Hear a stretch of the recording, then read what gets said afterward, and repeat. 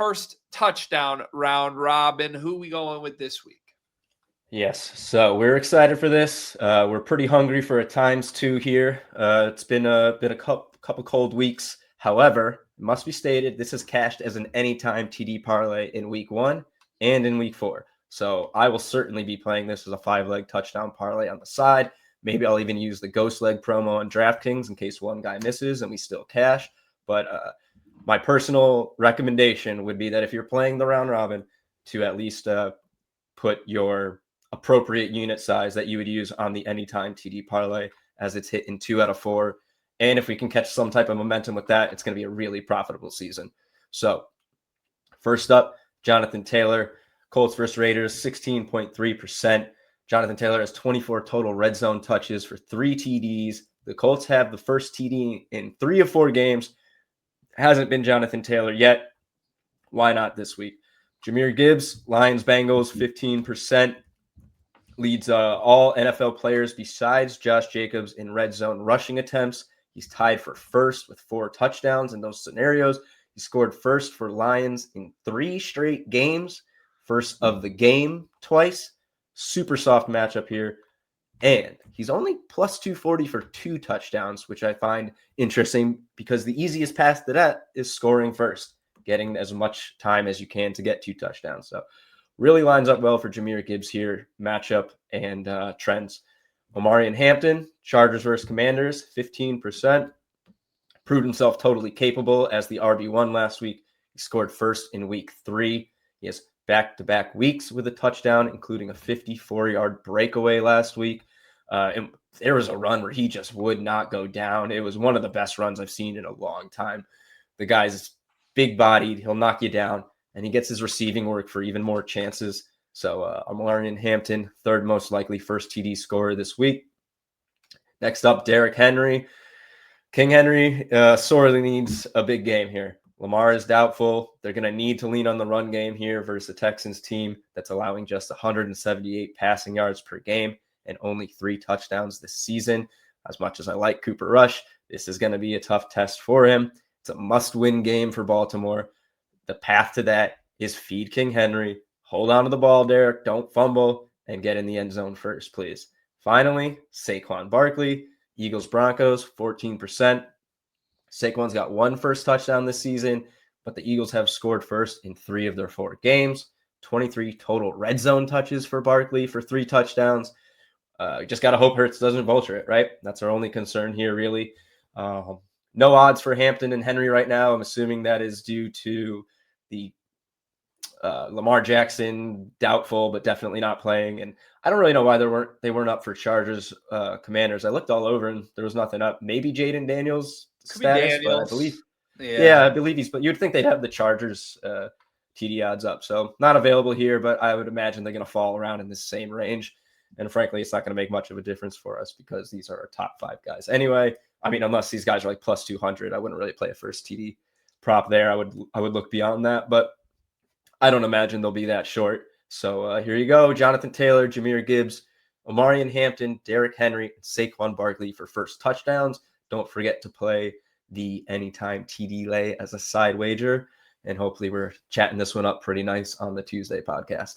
Yes, we need it. Yeah, it's been we had a great start to this week, and then as you mentioned, if you haven't been betting the anytime touchdown one, it's been a couple cold weeks, but if you have been betting the anytime touchdown one week to week, you probably covered the rest of the season already. So just make sure you give it a try. That would be my recommendation personally, because it's sort of the insurance policy on going after the first touchdowns. And these are such big names too, right? It's not all that difficult to sit back for 3.5 hours and root for Derrick Henry to find the end zone. So there you go. Thank you, Dave, for giving us the case there. I'm looking forward to this once again. And that, what does DraftKings call it? It's the leg.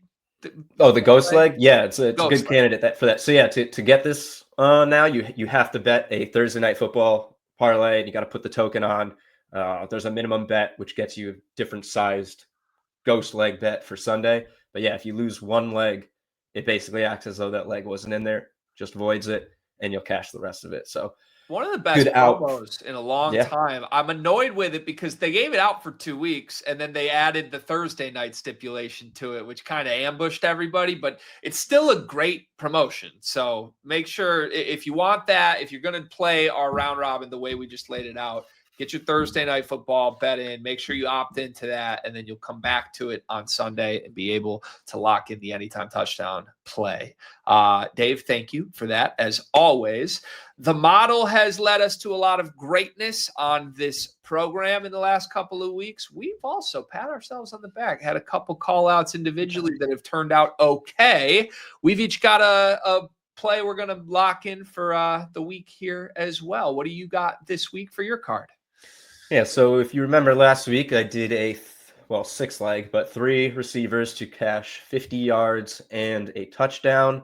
We got Doubs, we got Pittman for the touchdown, but not the yards, and Keenan Allen came up short in a game that just did not go the Chargers' way. But I liked the approach, and I'm going to go back with it this week with 3 more receivers to catch 50 yards and a touchdown. It's going to be Jalen Waddle, Emeka Egbuka, and George Pickens. All 3 of these guys are projected for 65-plus yards and a 33% anytime TD or higher. I have absolutely no idea what these odds look like right now because it's Thursday, and for some reason on Thursdays, we don't have receiving lines up for star players and games without questions, but that's where we're at. So I don't know what this looks like. It's probably not going to be as juicy as last week because Pickens is definitely going to have a line up closer to 70. Waddle's probably going to be around 64.5, but I like these 3 guys. No Tyreek Hill, no CD Lamb, no Mike Evans. Come on, these are the wide receiver ones right here in pretty good spots where the ball is going to be passed. 50 yards, touchdown. Let's get it. I absolutely love it. Reasons to believe all these guys are going to continue breaking out or expanding their role in coming weeks as well. So I'm with you. Love the play, love the angle, even if last week didn't work out. I'm going to go back to the well here, and it's at the expense of your team, Dave. I'm sorry. But bring it on. This Cowboys secondary, I want action. I want smoke with it every single week. I don't care who it is at this point. They made Romeo Doubs look like Randy Moss last week. And look, the Jets, I don't know how much our listeners have paid attention to the Jets this year. One of the more unique receiver rooms I have ever seen in the sense of this. Garrett Wilson has been targeted 38 times. That is twice as much as every other wide receiver on the roster this season has been targeted put together. That's ridiculous. 19 targets for Tyler Johnson, Alan Lazard, Josh Reynolds, and Arian Smith. 38 targets for Garrett Wilson. Now, they throw to Breece Hall. They throw to Mason Taylor, the tight end who's emerging a little bit. But Mason Taylor's questionable. He's banged up, missing practice right now. This is a spot to me, given how poorly Dallas has managed against the best receivers in the league. If you already want to force feed Garrett Wilson the ball, he might as well get 25 targets in this game. He's plus 145 to score once. He's 11-1 to score twice. I'm all over this. I think anytime they get anywhere near the end zone, all eyes are going to be on Garrett Wilson, and Dallas just hasn't had the answers for that. So this is all over my card. It was the first play I added this week, and I have to keep rocking against Dallas until proven otherwise. Yeah, absolutely. Hey, I said it last week. I was like, the Cowboys stink. They're my team, but I'm going to try and make some money off of them if I got to watch them give up all these yards and these scores to bums and stars. So I'm absolutely on this with you. I'll probably look at the yards ladder, although wouldn't be surprised if it's going to be a little tough value-wise. I'm really surprised to see plus 1,100 for 2 touchdowns. Maybe it's probably just Justin Fields in the volume, but I would think 800, 750 against what we've seen this Cowboys. And they just gave up 3 touchdowns to Romeo Doubs. They give up 40 points twice this season. 35, there's just no stopping anybody. I love this with you. I'll probably look at a secondary guy too, for the way better crazy odds. But yeah, I mean, if Garrett Wilson doesn't have a blow-up game against the Cowboys, it's not going to happen this season. Yeah. And Fields, he doesn't have the reputation as an arm whatsoever. But remember, they had Tyrod Taylor for 2 games, and Taylor was all over the place. Fields has been over 200 passing yards in his 2 healthy games this year. Like, I think the passing offense looks fine, even if he scrambles a little bit and looks to use his legs. Theoretically, this should be a game script too. The Jets are used to playing from behind. They've lost all 4 games this year, even though they've been competitive. I would think Dallas probably wins this game and probably leads for most of it, which could obviously be conducive to airing it out as well. So, yes, my favorite play. We'll see if it's just so obvious it doesn't happen. But to me, I think you got to keep going back to the secondary well until proven otherwise. There you have it. We're all over a bunch of pass catchers this week. Garrett Wilson for me, Egbuka, Pickens, and Waddle for Dave. We'll revisit this next week and see how we do.